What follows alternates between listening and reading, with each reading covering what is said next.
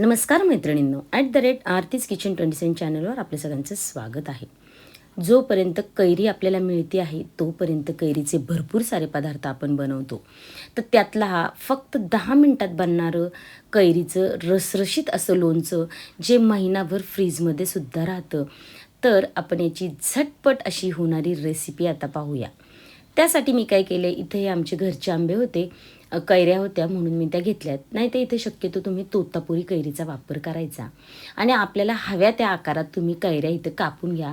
पण जास्त जाड किंवा खूप पातळसुद्धा करायच्या नाही आहे. मी या अशा पद्धतीने केल्यात. तुम्ही बटाट्याच्या काचऱ्या करतात त्या पद्धतीने गोलसुद्धा त्याच्या चकत्या करून घेऊ शकता. आता पहा, मी ह्या अशा प्रकारे करून घेतलेल्या आहेत. फोडी तुम्हाला हव्या त्या आकारात तुम्ही करून घ्या. आता जेवढी कैरी आहे ना त्याच्या साधारण अर्धा गूळ घ्यायचा आहे. थोडासा कमी घेतला तरी चालेल, साखर घेतली तरी काहीच हरकत नाही आहे. आता इथं 2 चमचे साधारण तेल टाकलेलं आहे. तेल गरम झालं की त्याच्यात अर्धा चमचा मोहरी टाकायची आहे आणि पाव चमचा साधारण हिंग टाकून घ्यायचं आहे. जास्त काही सामान याला लागत नाही अजिबात. आता हिंग करपू देऊ नका आणि लगेच आपली ही कैरी टाकून घ्या आणि व्यवस्थित तिला हिंगामध्ये अगदी मिनिटभर किंवा अगदी काही सेकंद तिला परतून घ्या. त्याच्यानंतर मसाल्यामध्ये मी फक्त इथं अर्धा चमचा हळद आणि 1 चमचा लाल तिखट टाकलेलं आहे. लाल तिखट काही जास्त टाकू नका. 1 चमचापेक्षा कमी असलं तरी काहीच हरकत नाही आहे, कारण ते तिखट व्हायला नको आहे. आता चवीनुसार म्हणजे मी इथं साधारण 1 चमचा मीठ टाकून घेतलेलं आहे. ते सुद्धा मिक्स करा. आता गॅस एकदम स्लो करायचा आणि 5 मिनिटासाठी ही कैरी आपल्याला शिजू द्यायची आहे. जास्त वेळ शिजू देऊ नका, नाही तर त्या कैरीचा असा लगदा होऊन जातो. म्हणून फक्त 5 मिनिटच शिजवा. पहा, आपल्या फोडीसुद्धा व्यवस्थित आहेत आणि आपली कैरी बऱ्यापैकी शिजून झालेली आहे.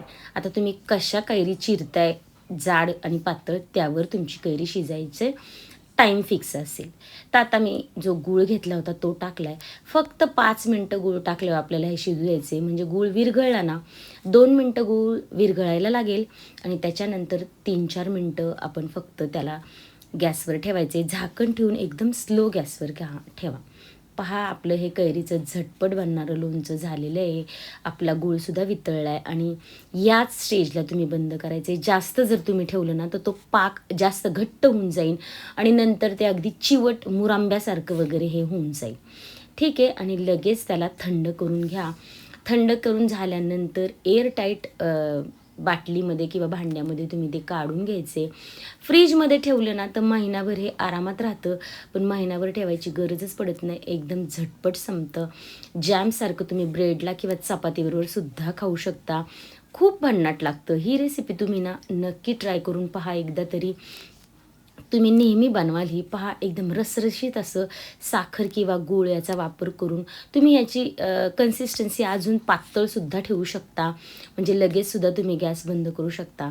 तर तुम्हाला कशी वाटली ही रेसिपी आवडली तर लाईक, शेअर, सबस्क्राईब नक्की करा. धन्यवाद.